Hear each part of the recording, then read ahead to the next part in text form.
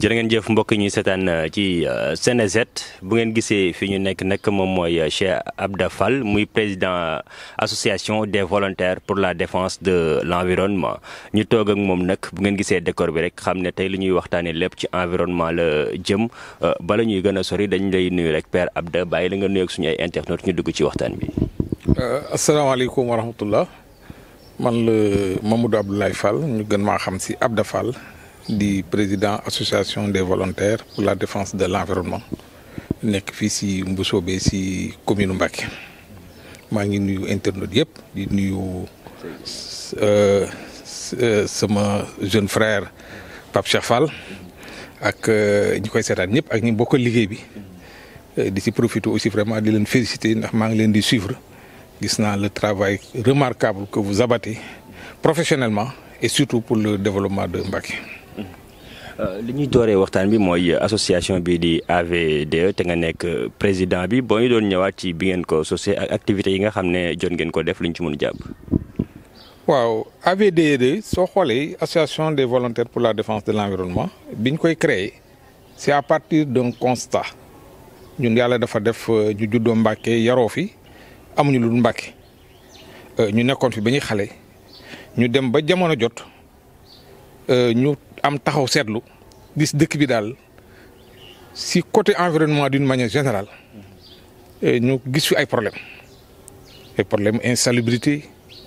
ay problème dégradation de l'environnement d'une manière générale problème mu déforestation bi si àll bi dëkk bi nga xam ne amoon na garab yu bëri ñu xamoon tur yi mu nekkoon bokkoon sax sunu culture ñu gis ne garab yu bëri dem nañ te dëkk bi également ñu gis ne doomu aadama dañuy yokk nit ñi dañuy yokk di gën a bëri ndax Touba Mbacké léegi bis bu ne nit ñi di sanc ñu comprendre également ne au niveau même mondial gis nañ enjeu bi nga xam ni environnement doon na ko depuis le sommet de Rio maintenant gis nañ dans la gouvernance mondiale ne pour tout nouveau projet wala programme il faut gars yi intégrer la dimension environnementale c'est fondamental parce que su dee amoo cadre de vie bu viable un environnement bu baax amul lenn projet bu mën a aboutir bi ñu gisee loolu nag gis nañ ne dëkk bi ñu ñaa ngi créer ay association yu bëri sport bi si leneen ak leneen ñu ni ñun dañ taxawal association bi nga xam ne da jéem a dajale doomu Mbacké yi d'abord ñuy réfléchir si problème environnement sensibiliser aussi def si ay jàngat mais nag essayer aussi apporter une réponse aux différents défis environnementaux qui interpellent la population mbackoise loolu moo waral loolu ñu taxaw association bi boobaak léegi nag at mu ne dañuy def un programme plan d'action di liggéey léeg-léeg ay partenaires mais nag duñ compter à 100% sur les partenaires toujours suñ ñëwee danañu fi fekk suñ ñëwul aussi danañu fekk plan d'action yooyu la lutte contre l'insalubrité si la bokk ñu def ay groupe groupe set setal yi di leen jàppale di leen sensibiliser si programme yooyu aussi bokk na si li ñuy wax reboisement dafa gudd li ñuy wax production de plants si la bokk li ñuy wax jëmbat proprement dit si la bokk li ñuy wax jéem a xool préserver yi nga xam ne yenn espèce la yu nga xam ne ñu ngi fi saxayaay nit ñi di leen faagaagal si la bokk boobu moom lañ tuddee woon opération toxal lañ ko daan tuddee c'est-à-dire que tey soo amee sa kër am ay garab yoo nga xam ne bii fekk nañ baax fi nga bëgg koo dindi soo ñu wooyee danañ ñëw xool ñun lu ñu ko dindee am fu ñu ko yóbbu am lu ñuy wax genre arboretum bu nga xam ne bi yenn espèces yi dañ leen mën a préserver foofu. si reboisement boobu aussi bokk na si surtout nag la sensibilisation des populations parce que gis nañ ne problème environnement yi d'une manière générale c'est parce que les gens ne sont pas suffisamment sensibilisés même les décideurs c'est pourquoi suñu cible yi décideurs yi si lañ bokk mooy les maires nouvellement élus président conseil départemental ak chef de quartier yeeg même ces jeunes leaders qui sont à la tête de certaines associations pour ñu wax ak ñoom pour que ñoom si seeni activité ñu boole si cette sensibilisation là pour créer un réflexe au niveau des populations pour ñu mën a jël sunu environnement défi yi ñu mën leen a jël en main pour xool au niveau local au moins réponse yi ñu mën a apporter. D'accord loolu lu am solo la waaye da nga gis ne fii ci Mbacké pour côté environnement boobu dafay nekk lu xaw a jafe ndax dëkk bi tàng na ndox bi naqari na mais surtout suivi bi tey jëmbat garab yomb na lool mais suivi bi war est-ce que dana am surtout ci mbedd yi ndax boo ko ci defee bay yeeg yeneen yu ni mel mën na ñëw yàq ko ndax côté suivi boobu yéen a ngi ciy amal ay sensibilisation. Bon d'abord ce qu'il faut constater mooy que doomu aadama moom. su bëggee lu yomb rek daanaka mën nga wax ne la muy def du gaaw sotti nit moom day nekk ci dara gëm ko donc bataille bii ñu jóg di xeex la tudd xeex nag soo ne xeex dafa laaj ay jumtukaay dafa laaj ay stratégie reboisement ñi ngi koy def yàgg na pour apporter une réponse à ce manque d'arbres mais effectivement li nga wax am na bi ñu demee ba évaluer gis nañ ne junni garab yooyu ñu jëmbatoon yëpp yu bëri dee nañ parce que bu njëkk yaa ngi fàttali ko ay vacances citoyennes nga xam ne le ministre de l'environnement mooy ñëw on mobilise l'État le gouverneur le préfet ñu mobiliser ñëpp politiciens yi ñëpp nekk ñu sol ay casquettes sol ay t-shirt dajale garab yu bëri ñëw jëmbat teg musique ba ngoon mais en général su oto yi départ rek am na oto yoo xam ne sax si kaw garab yi la ñuy jaaral soo fa ñëwee gannaaw suba doo fekk dara. Mais ñun comme li ñuy def ñor na bi ñu jàngatee ñu ne écoute bu ñu topp gars yi si siège bi léegi li ñu def mooy ñun au lieu ñuy jëmbat ay junni garab même su doon téeméeri garab mu sax moo ñu gën a moo tax daaw ku ñu gis ne li ñu amoon si moyen lu si ëpp ñu ngi ko jëndee ay grillage ak ay barre de fer defar ce qu'on appelle des gabions moo tax daaw soo seetloo daanaka am nañ presque plus de 98% de réussite waaw. ay benn wala ñaari garab yi si am problème yëpp soit oto moo arrière mbëkk ko wala accidentellement la dem mais garab yëpp xam naa ni danañ am occasion tey ma wan leen ko si yenn yi quoi te fi ñu ko def moo gën a grave parce que ay alignement la ñu doon def si mbedd lañ ko def mais dañ ko protéger ba pare parrainé ko ay nit donc ça c'est une solution déjà garab yooyu neex nañoo gis màgg nañ moo tax ñun ren du rek dañuy jëmbat. mais dañu organiser waale anniversaire u garab yi pour wan gars yi ne leen suivi bi kat léegi dañ koo jël fullaal ko faydaal ko garab bu ñu wóor ne suñ ko jëmbatee mu dee duñ ko jëmbat donc li nga wax lu am solo la dafa laaj suivi démb gis nga indi nañ fii lu mat ñaar téeméeri garab ànd kook groupe bi ñuy wax kii ànd soppi ndox Mbacké te docteur Modou Mbodj ci jiite ko ñu koy remercier au passage moom tamit bi ñëwee ñoom ñëpp dañoo jël engagement ne danañ protéger garab yi parce que c'était des arbres fruitiers te nee nañ ci biir kër yi lañ koy def waaw te gis nañ également léegi fi ñu toll nit ñi la ñoo gën a bëgg garab bu njëkk da nga daan maye garab sax mais nit ñi du leen fay dal waaw mais léegi moom gis nañ nit ñi kuy tabax ak kuy investir da nga aménager sa kër def fa ñaari garab ñetti garab waaw ndax tàngoor bi nekk Bawol loolu la laaj gis nga tey maa ngi leen recevoir si taatu garab yi mais sunu maam yi nii lañ daan def da ngay ñëw kii sama gan la toog mais dañuy ñëw ñu recevoir ko ci taatu garab gi si arbre à ombre ñu tollal sunu basang waxtaan waaw mais soo bëggee ku ñëw nga dugal ak moom si néeg tëj ngelaw li du baax d'abord ensuite du ngeen nekk à l'aise. C'est une solution dans les grands événements aussi. Voilà parce que événements yi mag yi nu ñu daan def màggal ak yooyu dañuy def ay bâche dégg nga fii picc yaa ngi sab léegi man fii soxla moom a bâche màggal dañ ñuy lal si taatu garab yi rek te garab yi day faj ndax ok gaz bi muy dégager oxygène boobu day moom la nit ñi soxla màggal concentration nit ñi dañuy bëri ba li ñu dégager aussi ñoom si gaz carbonique mais air bi yëpp c'est pollué lan moo mën a dépolluer air bi mais amuñuy machine lu garab yi rek mooy machine yi yu naturel yi yàlla defar ñoom ñoo mën a jël dépolluer l'air bi nekk Touba Mbacké yëpp toggat ko def ko oxygène jox ñu ko donc ne serait-ce que rôle boobu rek rôle boobu rek war naa tax ñëpp jëmbat garab waaw ñu siy sant xalif général des Mourides gis nga taxawaay bi mu si am bi waa Touba si kanam di jëmbat moom mooy ñëw jëmbat garab gi jiitu loolu rek déjà exemple la pour que ñu mën a fonk garab.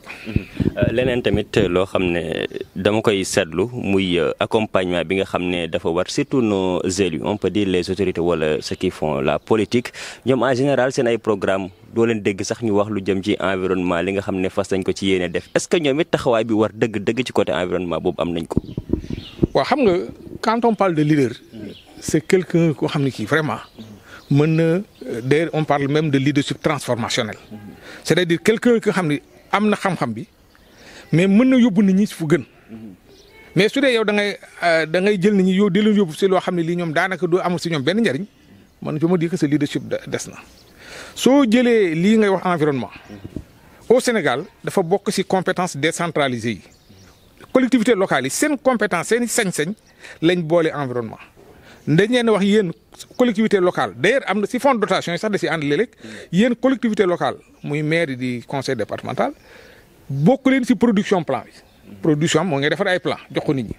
fii ci département Mbacké il y a une pépinière départementale am na beneen pépinière bu nekk Taïf yu nekk en régie mais bu ngaabu bii rek déjà pépinière bu mag la japonais yi ñoo fi defoon mais collectivités locales yi suñ jëloon tuuti seen budget def fa avec l'accompagnement du service technique les eaux et forêts mais mën nañoo def une production énorme de plants nga xam ni daanaka duñ ko jëndati ndax ñun démb rek dépensé nañ xaalis bu bëri pour jënd ay garab su boobaa nit ñi dinañ mën a jot ay garab si lu yomb waaw. mais teewul nag eaux et forêts jàmbaar lañ quand même ñoom ñi ngi defar liñ defar do kii mais dama bëggoon mu gën a bëri dugal seen loxo parce que ñoom sañ-sañ la bu ñu leen dénk ñun li ñuy def nii ñun maire yi la ñuy jàppale ak conseil départemental seen compétence la donc loolu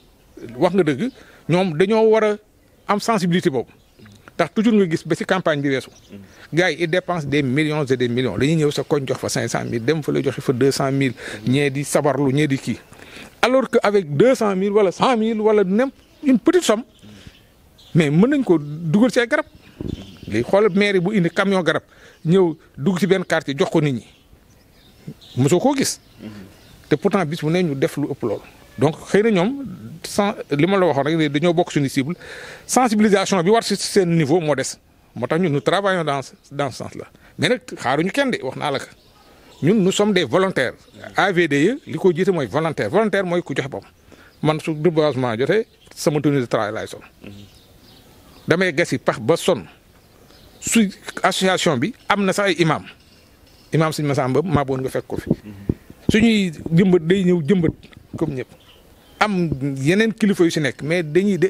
jiital ñun suñu mën-mën si doole suñu am si xaalis ak suñu kattan ak suñu jot dañ koy def si environnement parce que suñu gëm-gëm la léegi nag ku ñëw fekk ñu si nous travaillons avec des partenaires lu mel ni Baol environnement si réseau bi nekk ñu ngi fii ak yeneen ONG yoo xam léeg-léeg pour un programme bien déterminé léeg-léeg ñu jàppale ñu mais teewul daal nous comptons sur nous-mêmes avant tout. ñëwaat ci Mbacké ndax gis nañ ñun booy xool benn xeetu garab rek en général la ñuy gis muy garabu niima bi en général fu ñu dem moom la ñuy gis fii dafa amul yeneen garab yi fi mën a te sax wala boog bu fekk am na garab yoo xam ne mën nañ ko fi jëmbal mu sax fi nan lañ mën a def ba am yeneen xeetu garab. waaw xam nga niima yi nga wax nii ñoom sax fekk ñu baax fi dafa amoon jamono ñu indi leen fi. bon xëy na mën naa si bañ a dellusiwaat Sénégal fi mu jaar yëpp ñu bëri xam nañ ko daanaka pour ñu moom suñu bopp à 100% loolu gëj na fi am daanaka lu bëri nañ ko fi indi ba ci jikko yi sax donc biñ fi indi nimaay topp le long des axes routiers di ko si def daanañ ko justifier nag ndax neen day tee kii bi day tee tali bi ba du toj dana tee ndox mi pour érosion yi du am kër yu sedd la c'est adapté au climat lu bëri daanaka si wax bon mais ñun nag aussi ñun pour su ñun garab sax bu bon amul parce que niima soo ko seetloo am na sax ay bienfaits quelque part mais nag li muy yàq moo ëpp aussi parce que mënta dafa siis garab yu bëri daf leen rey te nit ñi tamit jëmmatuwaatuñu leneen dañuy dem rek jël niima jëmal alors que foofu rek lañ ko doy woon mais dans les maisons fii xoolee sama kër gisoo fi benn niima te pourtant garab yëpp sax nañ fi sapoti bii nga gis mais biir Mbacké da nga ko fii gis que ñoom Fatou Samb bii man gis naa fi sapoti boo xam ne moo ma mag ba tey maa ngi fa taxaw mais c'est adapté fii si kii bi donc garab yëpp garab moom fu mu dul mën a sax daanaka amul suuf sa ngay defar di ko arrosé mu daal di jebbi. est-ce que du arrosé bi mooy poser problème ak suñu ndox bi. waaw problème mu ndox mi effectivement posé na pas Mbacké ndox bi dafa naqari waaw mais nag xam nga ñun xëy na ñun suñu bëgg-bëgg fi mu garab moo yem. man fi mu nekk su may wuti ndox mu neex lii gën a tax may taal sama moto di wuti ndox mu neex sax pour garab yee tax mais sama waa kër suñu maree sax des fois sax mën naa tànqam lu tuuti ñëw débrouillé donc soo bëggee garab mais da ngay wuti 20 litres di ko arrosé ndànk-ndànk ba keroog mi ñëw su nawet bi ñëwee nga wut ndox waa Mbàkke ay fan yëpp at yëpp daaw ba ren ñu ngi dajaloo di xeex pour am ndox mu neex loolu moom diñ ci félicité ñëpp aubaine lay doon su ndox mu neex mi ñëwee nag moom le problème est réglé mais en attendant duñ xaar ba ndox mi ñëw nag ñuy doo commencé jëmbat moom dañuy débrouiller avec les moyens du bord jéem a xool garab yi adapté wu te du yëpp a bañ ndox mu naqari sax am ay benn yoo xam ne yi soo décanté ndox mi parce que ndox mu naqari bi da nga koy bàyyi si benn récipient décanté ko maanaam bàyyi ko mu teey waaw sunu maam yi technique li boo xam sunu maam yi ñooñu ko jàngal dañuy bàyyi mu teey éléments yu diis yëpp wàcc xorom si yëpp nga tonni ndànk ci kaw arrosé ko sa garab loolu aussi pexe la mais daal li gën mooy li waa Mbàkke def mooy taxaw laaj ndox mu neex ñu indi ko su boobaa dana ñu mën a régler problème yu bëri bon si garab yi nga wax aussi du niim rek fii fekk garab yu bëri amoon nañ fi ay dóobaali ay sump ay xewar ay béeb ay soo ko doon lim doo fi jeex d'ailleurs mag ñi sooy wax ak ñoom sax dañu am nostalgie boobu pour di la fàttali garab yooyu alors que sunu doom yi xamuñu ko. maa ngi dégg dem nga madd am na mbay. voilà madd am na garab madd boo di place ku ba ñëng si marché bi soo fa dem benn madd bu mag nga fa. ñoom sax xamuñu ko il a fallu ñu dem ne mais lii est-ce que xam ngeen lu mu doon ñuy waxtaan ak ñoom ba nga xam ne madd la. c'est bien adapté soo ko fi jiyee démb maire l'ancien maire là. ñëwoon na sunu réunion bi. indil ma ay pépinière madd dafa dégg daje bi rek mu daal di ñëw moom dafa bëgg garab. may ma ñaari garabu màdd ma daal di teg fële dama koy jëmbat ak yeneen garab xam nga xewar demoon na ba amatu fi daaw ñun jëmbat nañ fi 6 xewar yu mag ma ngi si lycée ba soo demee mais ña ngay màgg donc xewar mën nañ ko indiwaat dimb moom ba tey xëy na Saalum nga ko mën a am mais fii bëri woon na dimb te dimb nag dafa am solo garab yooyu ndax gis nga xiif yi ñuy wax nii yëpp su fekkoon jamono yooyu ba tey yooyu yëpp ñu ngi fi nit ñi duñ sonn de. keroog maa ngi waxtaan ak sama benn xarit bu sant Diagne mu may wax si affaire cere dimb bon mais nee na ma suñ ko toggee dimb bi comme yàpp doomu dimb yi si biir doo ko yëg c'est nutritif et puis dafa neex ma ne ko mais loolu sama waay loolu kay mën na régler problème yu bëri su doon ali ba ne dimb day Saalum loolu moo leen te am na bëri na si Rahman mos naa fa dem fekk fa sëriñ bi mu jox ñu lu mel noonu. mu jox ñu voilà comme recette. voilà sunu maam yi la léegi nag ñun dañu bëgg lépp rek ñu jëndi ko mais il faut ñu sonn. mais su doon bàyyi nañ àll bi garab yoo xam ne soo soxlaa c'est limon citron limon yi gis nga limon yi la siy judd. fi nekk kilo limon dem na daanaka téeméer loolu mais déjà su génnee si dépense day métti mais man su ma soxlaa citron damay dem dagg fële bañ a xeeb dara ba bisaab rek bu damaa bay sama bisaab fële si roq ba suñuy bëjëk dagg si mais c'est des petits trucs yoo xam ni mënees na ko développer dans le Baol fexe ba garab yi fi ñëwoon ay Dakar léegi ni mu seeree da ngay dugg àll bi doo gis Dakar yëpp dagg na ñeen te gisoo kenn kuy jëmbataa Dakar dem naa épicerie gisoo ñuy jaay Dakar bu jógee xam nga Thaïlande xaw ma fàtt naa dëkk bi mais sa réewi asiatique yi nga defee sunu maam yi ku leen yeewoon tey nga ne leen mais xoolal Dakar bi mu nga jógee Asie ñu ngi koy paquet bi ñu ngi koy jaay xam nga 3500 xam nga ñu def si benn design nii kii mais duñ taxaw seetlu mais loolu lu doy waar la laal wax te yàlla joxoon nañu loolu yëpp suñu Dakar yi gën a saf gën a neex mais ñun dañ koy sàggane te àll bi yëpp amoon na fi ñu dañ daan dem si àll bi loolu nekk am fa dara kese lépp mais léegi dara dara amatul si àll bi. d'accord mënuma jeexala yow te ñëwuma ci journée bi nga xam ne leen ko jagleel garab di ko amal dimanche lan nga ci mën a brochel tuuti rek. waaw journée dimanche moom c'est l'État qui l'organise xam nga chaque année le premier dimanche du mois d'août la ñuy jàpp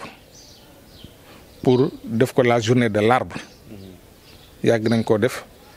yaakaar naa ren au niveau national Thiès lañ ko defee mais au niveau régional fii. La région ñi ngi dajee ji suba Kayel incha allah mooy doon la journée de l'arbre arbre parrain bi nag ndax at mu ne dañuy wut benn garab tuddee ko xay lañ ko tuddee xay nag njariñ li bëri na Mbàkke gi bëri woon na fi gaaru Mbàkke bi ay xay ñoo fi nekkoon gis nga mairie bële amoon na xëy gu mag mais gis nga dee na fan yi te daf daan faj lu bëri si xas mi si reen bi si doom yi si xob yi donc day doon occasion pour gën a xamale nit ñi ak l'arbre parrain bi nga xam ne ren mooy xëy mais aussi journée lay doon wax ne si la ñu gën a sensibiliser nit ñi parce que dañuy mobiliser toute la presse locale et nationale le ministre wax si gouverneur yeeg préfet yeeg chef de quartier wax si affaire garab fàttali nit ñi li ci war a doon seen taxawaay maa ngi fàttaliku sax daaw xam ma daaw jéeg si le président jëlee woon benn décret ne léegi désormais à partir de cette année autorisation de construire yi il faut mu ànd ak jëmbat garab nga xam ne xam nga su ñuy signé sa autorisation de construire da ngay def plan def lii def laa série technique yi visé ñu autorisé la léegi nag dañuy def loolu yëpp mais yow mi tabax il faut nga jël engagement ne da nga def benn garab yaa xam foo koy def ñu doog la autorisé donc su ñuy dem bay def certificat de li ñu ko tuddee sax de conformité bi xool est-ce que yow li nga signé ak li nga engagé woon benn la war nañoo vérifier soo amul garab gars yi war nañ ñaa teg ay pénalité donc c'est une journée extrêmement importante bu nga xam ne bii ñun ñu ngi koy waajal kon suba kayal la incha allah. mbégte lañ amoon pour dalal la mais fekkee tere nga ma ci dama dégg léegi nga ne dimb ne xewar xanaa kon Mbacke xewar ak Mbacke dimb moom foofu la seen kii yi jógee seen tur yi. non xam nga comme ni ma waxee nee naa la garab au-delà njëriñ ñi am dañoo bokk suñu culture suñu aada dama lay jox benn exemple rek histoire ku tedd ki Cheikh Ahmadou Bamba suñu la ko dee nettali du ñu dem ñetti baat te tudduñu garab dañ naan ba mu demee sa taatu dimb ga wala ngaabu gee ba mu yendoo sa sànqaay ga wala ba mu ñëwee mbusoo gis nga si biir jumaa ji yiir gi fa la nekk yiir googu waxuma la Sëñ Tuubaa daan dafa toog fa la bindee Masaalikul Jinaan moo tax ñu tuddee jumaa ñu Masaalikul Jinaan c'est un premier point mais fa la Cheikh Omar Foutiyou Tall durant sa longue marche toogoon dajale magi Mbàkke yi fii si yiir gi si mbusoo bu njëkk si suufu garab yi lañ ñaan dajale moo doon dañ ñaan garab tel moo tax Mbàkke su ñaan Mbàkke dimb dàkkantel garab la woon Mbàkke xewar dàkkantel la woon sa xewar ga am na village bu tudd guy gi virage u Daxaar da ngay dégg daal c'est-à-dire garab yi comme garab moom dafay nekk sur place ba pare nekk ker gu yaatu nit ñi dafa daje toujours day doon adresse ba si tool yi sax ba si diggalu tool yi sax dañ ko daan tudd ay garab. même que Sandaga garab la. voilà donc gis nga donc au delà même njariñ yi dañoo bokk suñu culture ñun suñu aada mënoo koy nettali suñu histoire te tuddoo garab te garab yi moom la ñaan fajoo moom yu bëri lañ si daan def am na yu bëri damay bañ a dugg mais lu bëri garab yi ñoo ko daan seede waaw donc moo tax loolu nga wax mu am solo te jàpp naa ne ak bataay bi ñuy def. incha allah danañ fexe ba sunu doom yi suñ ñëwee moom soo tuddee garab yi fi amoon démb ñun au moins dañ leen mën a wan ne garab gaa ngi nii. jërëjëf Père Abda Fall mbégte la ñu amoon dalal la di fàttali yow yaay président AVD association des volontaires pour la défense de l'environnement jërëjëf. waaw jërëjëf ñu ngi leen di sant bu baax a baax ndax yéen tamit ay agent de développement ngeen. ndax le fait que ngeen déplacé wu sama maas gi dañoo taayal ngeen déplacé ba ñëw fekk ma sama kër yëg journée bi di si am si taxawaay bi lu am solo la man jàpp naa ni su ñëpp defee nii rek sunu slogan mooy si chacun s'y met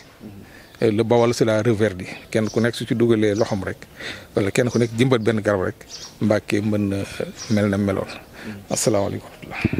jërëjëf mbokk yi nga xam ne yéen a ñuy seetaan ci Senejet ñu ngi ñëwoon doon waxtaan ak Abda Fall comme niñ ko waxee muy président association des volontaires pour la défense de l'environnement mbégte gu yaatu la ñu amoon dalal ko ndax jàng nañ lu bëree bëri ci émission bi di sant bu baax Thier l'original bi ne woon ci cadrage bi di leen jox dig daje beneen yoon ak beneen invité merci beaucoup.